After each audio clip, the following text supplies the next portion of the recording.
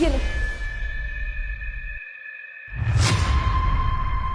40,000 का चेक। पीछे देखो, पीछे। जल्दी जा, बैंक से पैसे निकाल ला। जल्दी जाओ, जल्दी। अर्जिता, तुम यहाँ पे क्या कर रही हो? मैंने तुम्हें बोला है ना, जल्दी से मुझे पैसे दो, मुझे लेट हो रहा है, जाना है बाहर। अरे मेरे पास पैसे नहीं है, मैंने तुम्हें बोला तो। अच्छा, तुम्हारे पास मुझे देने के लिए पैसे नहीं है, ये ना झूठ किसी और से बोलना, तुम समझी? तुम्हें समझ में नहीं आ रहा क्या? एक बार में मैंने बोल दिया ना नहीं है पैसे। और एक सेकंड, इस कबाड़ी वाले के सामने तुम मेरी बेइज्जती कर रहे हो। अबे ओए कबाड़ी वाले, तेरे को तेरी रद्दी मिल गई है ना, तो तू यहाँ खड़ा खड़ा हमारा मुंह क्या देख रहा है? चल अब निकल यहाँ से और अपना काम कर। जी सर। तुम मुझे पैसे दो, मुझे अच्छे तरीके से पता है तेरे पास पैसे हैं, जल्दी से मुझे चुपचाप पैसे दे दे। आई बात समझ? देखो शिवम, मैं कितनी बार तुम्हें बोलूं, मेरे पास सच में पैसे नहीं है। अगर होते तो मैं दे देती ना तुम्हें। तुमने क्या मुझे बेवकूफ समझ रखा है? पिछले महीने 25 तारीख को ना तुम्हारे अकाउंट में मैंने 70,000 रुपए डाले थे, उसमें से तुमने मेरे को क्या बोली कि 10 से 12,000 रुपए खर्च हुए। 10 से 12,000 खर्च होने के बावजूद भी तुम्हारे अकाउंट में इस वक्त कम से कम 50,000 रुपए बचे होंगे, समझी? देखो शिवम, आई एम सॉरी, वो मैं तुम्हें बताना भूल गई। 10-12 हजार तो मैंने खर्च करे ही थे, पर कुछ और पैसे भी कर दिए थे। ज्यादा ना ड्रामे मत करो, मेरा दिमाग खराब है पहले से ही। चुपचाप अपना फोन दो, लाओ। क्या फोन दिखाऊं? मैं सब समझ गई। मतलब तुम अपनी बीवी पे शक कर रहे हो शिवम?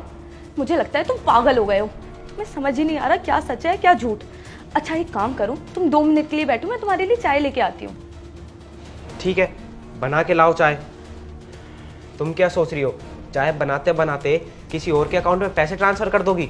मेरी नजर है ना तुम्हारे ऊपर ही है, मैं भी देखता हूँ तुम फोन के हाथ कैसे लगाती हो। चलो बनाओ चाय, आओ।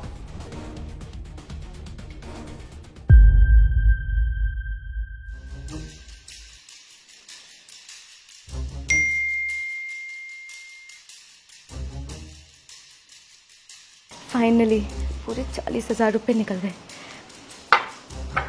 हरजिता, मेरी चाय अब खत्म हो चुकी है और दिमाग भी शांत हो गया है। अब जल्दी से अपना फोन दो, मुझे चेक करना है।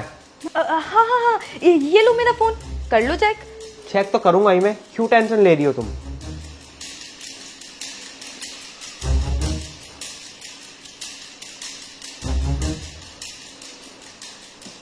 ये क्या, तुम्हारे अकाउंट में तो पैसे ही नहीं है।